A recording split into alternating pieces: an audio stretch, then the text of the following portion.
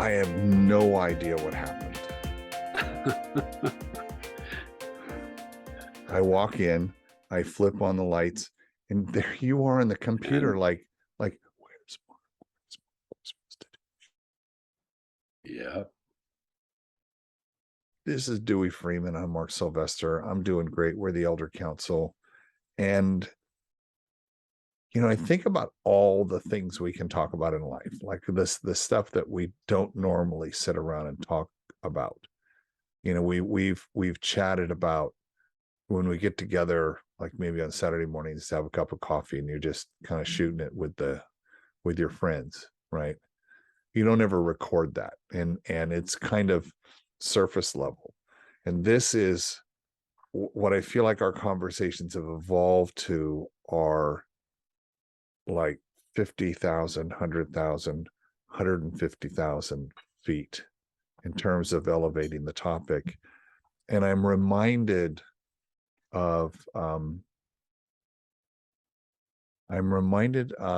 man who wrote Hitchhiker's Guide to the Universe, Douglas Adams. And you're of the age, right? We're both of the age where that was a book, and I'm thinking that the people who listen may have known about that. When he retired, and I wouldn't say retired, when he was ready for the next big thing in life, he moved from England to Santa Barbara. Oh, really? And yeah, he wanted to be closer to, he was doing film projects and he'd been doing game projects, and he was here 8-10 times a year. So it's like, why don't I just live in Santa Barbara? And I met him through a convoluted series of events. The universe wanted to make sure we knew one another, and we did. And I'll never forget meeting him. And the person introduced us said, "Oh, Mark, I want you to meet Douglas." And I said, I know Douglas. I know of Douglas, right? But yes, I know Douglas. And she says, "Douglas, I'd like you to meet Mark." Says, "I know Mark." And we were both the president of each other's fan clubs. Sweet. Because he had been doing computer animation projects to illustrate the books and using my software. So it was a kind of a bromance right from the very, very beginning. And the reason I bring this up is there are people we meet in life where you're going to be friends for life. Okay? Like you and I, right? We met late in life and we'll be friends for life.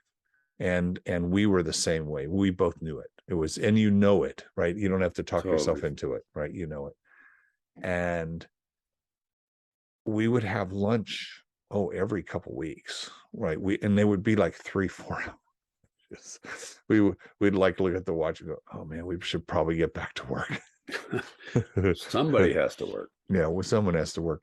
And but here's what was interesting was that we would, in that first lunch, we got to a level and went, "Oh, hold it, we have to leave." And we didn't really button it up. We just paused. And the next lunch, we came in and it's almost like we hit the pause button again and we kept up at the same started spot. there.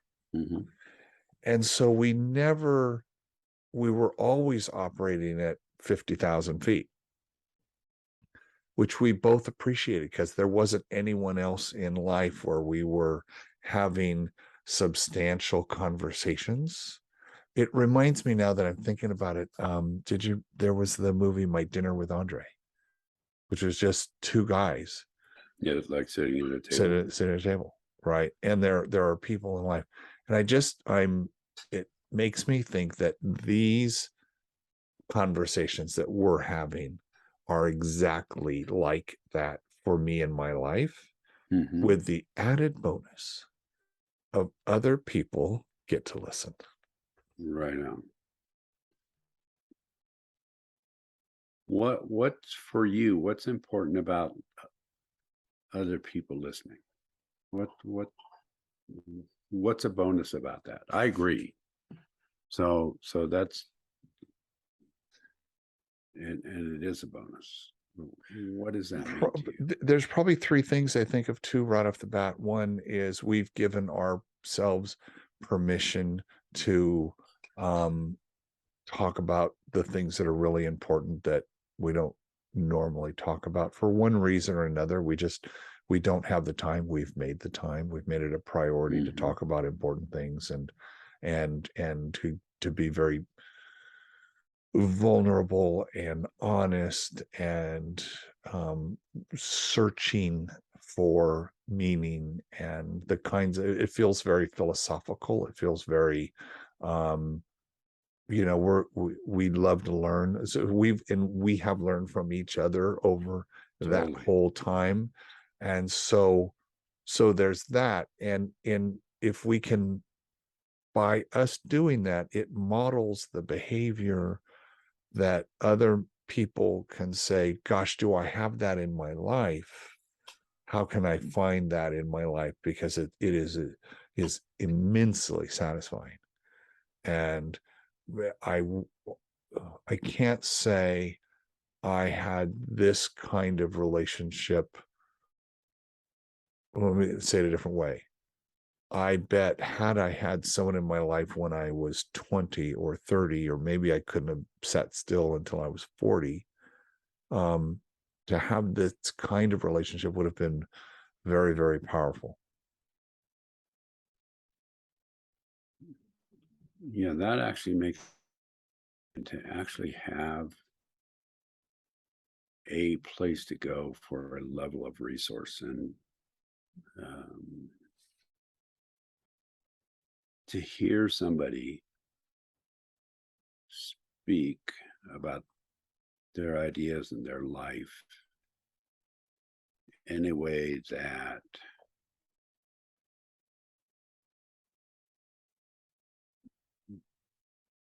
and I'm trying to find the words here, in a way that when they're speaking, meaning you and I, that we actually want people to explore and listen to what we're sharing, but then explore that for themselves, whatever that is. Right. And that's a big deal. That's a really big deal. It feels, but it was probably 15 years ago where I wrote at a retreat, every moment matters. Mm. And it was upon reflection that I would have said something to somebody just talking. And I find out 10 years later, they come back and said, hey, remember that time we were at coffee and you said, da da da. Well, let me tell you what happened. Let's pick up the story. And we don't, I don't know that we're conscious of that. I wasn't, at least I wasn't until I was, 50, 55. And then I was like, hold it. I occasionally say shit that people are listening to and pay attention to. And I will be less cavalier as I go forward. Be a little, I'll be conscious that there is okay,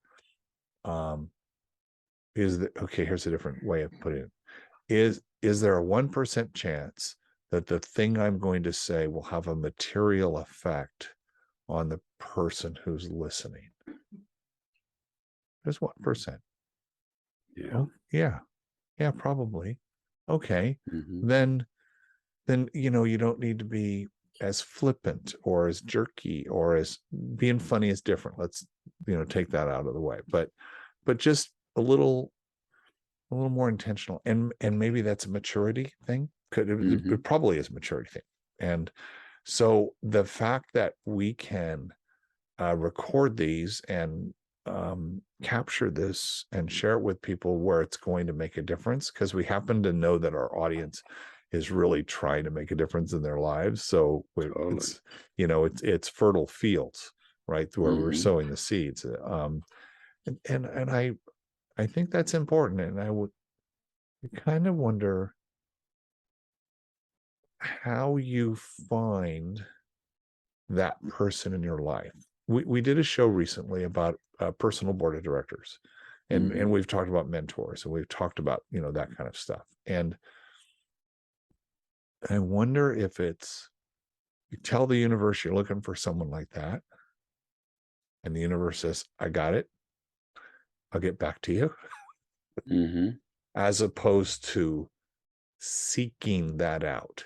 Because I think I think it might be a little creepy if someone came up and said, would you be my best friend and have really deep, heavy, deep and real relationship calls with me? Yeah, the perspective I have on that is, as I look back, there are a number of times in my life where someone who could have been a very important person in my life has offered me an opening, and I, for many reasons, I've not taken that offer. Consciously? Well, some of it was consciously, some of it was I didn't know what to do with it. Some of it was maybe a little embarrassment. Some of it might have been carried some shame inside me about, am I going to let this person see me? Um, and and the biggest piece that I see as I look back is the opening was there, and for whatever reason, whether it was conscious or unconscious or somewhere in between there, I didn't have enough self, actually, that's part of it. I didn't have enough self-confidence to step into it. There's a person, and I will put this out, a man named John Young, who is the naturalist and tracker. I mean, he's an amazing person. He's taught many people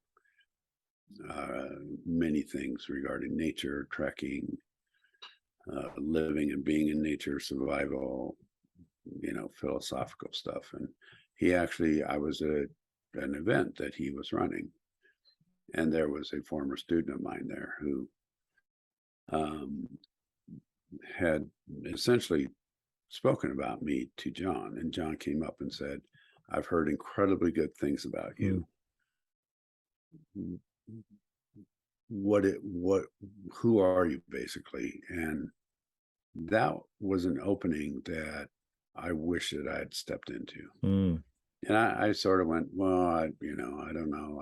I don't know what this, I sort of played it down or played it off versus going, let me try and answer that. And, and I'm honored with the fact that you actually asked me. And I mean, I believe that there was an opening there for him and I to know each other better and to become friends. And I have a great deal of respect for him.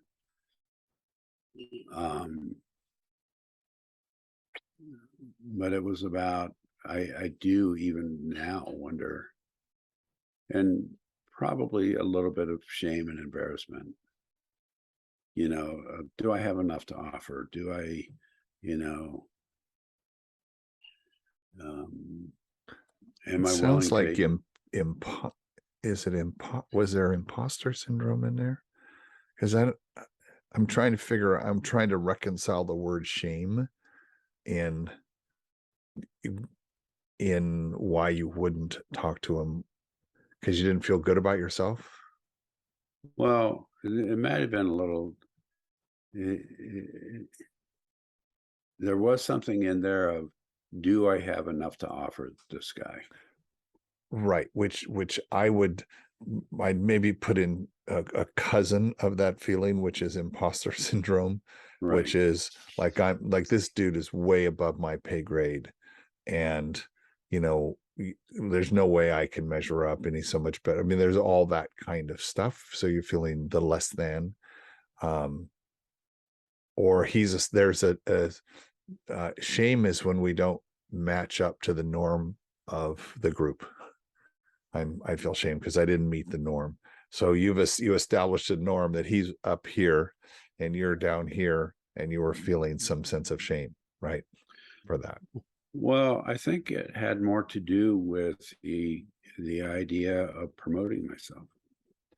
Oh, Like inside, I do feel like I have that something to offer. I'm clearly not as good of a tracker or naturalist as he is. I'm not bad at those things, but you know, he's a X degree black belt in those things. But it had to do with, am I gonna, blow my own horn? Am I going to go, yeah, I got some shit to offer people?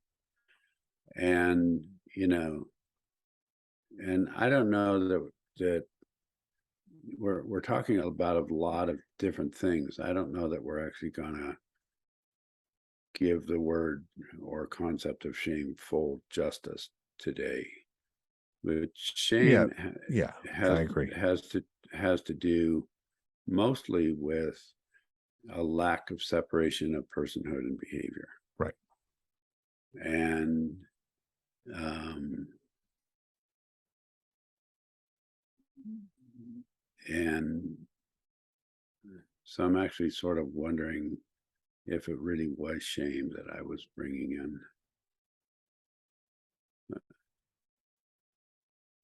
I think it's not. Yeah, I that I think it's think you're not. probably. Yeah, I think it might have been a little more embarrassment and a little more of should I toot my own horn, because he asked me what am I offering, what am I bringing in there, what is it about that this student was promoting Yeah, me. let's see the And cards. Let's see your cards, buddy. What do you got? yeah, and it was like well, in that sense I could say I don't know if I was nervous or shame or embarrassed to show my cards because I had them. And So therein, that's the nub of this, because what we're talking about is kind of a follow on.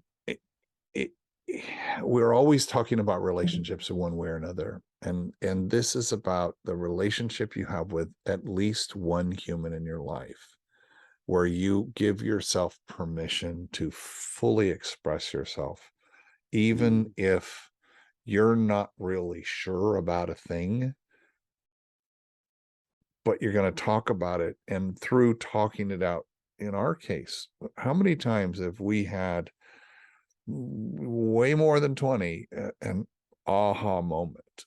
And we're both, mm-hmm, we're both holding a good set of cards, and so having that aha moment is what we love, right? We have mm-hmm, that. So I think what we're saying is there someone in your life, listener, who is fulfilling that for you? Did you even think that you needed that? Because I'm going to purport that you do. mm-hmm, And mm-hmm. it's not it's a significant person in your life who's not your significant other, and it's not your like, it's best friend at a different level. Right. Yeah, and I guess, maybe one of the questions, this is going in a really good direction, I think. One of the questions is, are you willing to show your cards? Hmm. Are you willing to, to show your hand? And if you Because, do that, go ahead. well, because what I'm thinking is, because we all know in playing poker, someone has a tell, right? We know. So we could stay with this card metaphor because I think it works really well. Are you the kind of person that has a tell? Are you the kind of person who has really great cards, but is, well, I don't know, is three aces good enough? Like, you were holding three aces when you met him, and it's like, well, I don't know, is three aces good enough? I don't know. Right. So that's a self-esteem thing, right? Mm-hmm. Or are you a person that has a shit hand and goes, oh, fuck you. Oh, gee. I wish you could see what I got here, man. But like there's that kind of person as well, right? You're willing to show your cards. Hey, I got shit, but I've got strong ego strength here, so it doesn't matter if I got shit because I'm going to be able to hold my own. So, can we spot that person? So it's kind of interesting that you say show your cards because think about it. It's a great insight into someone. There's probably a ton of books on the psychology of this and that we've stumbled showing into. Your cards. Well, so part of this is that as you're talking, Mark, is what are the societal messages around showing our cards? What are the societal messages around, sharing who we are and what we have in a really clear, concise, confident way, and doing that in such a manner that actually creates relationship, because that's really what John was asking for. He's asking for a relationship, Right, exactly. and it was like, oh, and because there are people out there who haven't done the work, and if they're going to show their hand, that maybe they have a pair of twos, but they act like they have 4 aces, and then there are people out there that have 3 or 4 aces, and it's like they act like they have a pair of twos or nothing. And it's like, where, okay, this just hit me. What happened was I was not being congruent in the moment. And I was probably, and I was not being congruent mostly because I was probably starstruck, because I admire John so much, and I admire his work, and I admire what he brought. And it was like, and what he was doing was just being another human, another man, another, wondering about me. And and it was like, oh, what happened that I was not willing, and I'm going to shift this a little bit, that I wasn't actually willing to show my soul and my heart to him, and or at least make that attempt. Well, our shields by definition are up in a protection mode, right? Our shields are up, right? Just in life feels like our shields are, just that's a DNA thing, protect ourselves from harm, right? And so emotional shields, whatever that is. And when someone says, hey, let's buy this shield, drop this shield for a second. Well, I don't know. I don't know if I want to show you what I got, right? I don't know if to your whole point, there's so many different analogies, and I think there are some people who overshare, right? But the social media has encouraged that to the nth degree. They just want to share and almost make it look like I've got a full house, and like all the time, right? All the time, right? And that's not true. And I think that the takeaway here is about being present when you meet a new person, because in our case it was a new person, in the case of Douglas it was a new person, in the case of here is a new person whose reputation precedes them in one way or the other. I've heard of you. And to be present enough to not be fanboy, I get that, But thankfully, I was in a business where I got to meet a lot of my heroes in computer graphics and special effects and that kind of thing. And it was because I'd worked in a kitchen that I got over that. And it was because I had a philosophy. It didn't matter. I had bishops and monsignors and all those guys when I worked for the Jesuits. They would come from the Vatican. And as a baptized Catholic, here's someone coming from the Vatican in my kitchen right now, introducing themselves to me. So there's like, whoa. And they're hungry. And they parked all that baggage at the door because now they're going to meet the cook, and they want to make a good impression on the cook, so he takes care of them while they're visiting here in Santa Barbara. And it hit me. I mean, I was young enough. I was late 20s. That, guess what? We all get hungry. We all get hurt. We're all the same. And if you want to bring your attitude, because people would come in with the attitude in the kitchen, I says, it's probably not the way you want to deal with the guy who's cooking your food. And with the same extension with the amazing people, I was like, I'm looking forward to making you happy with the food. So, I mean, one is I want to eat some of your food. You will. Yeah, yes, I know. And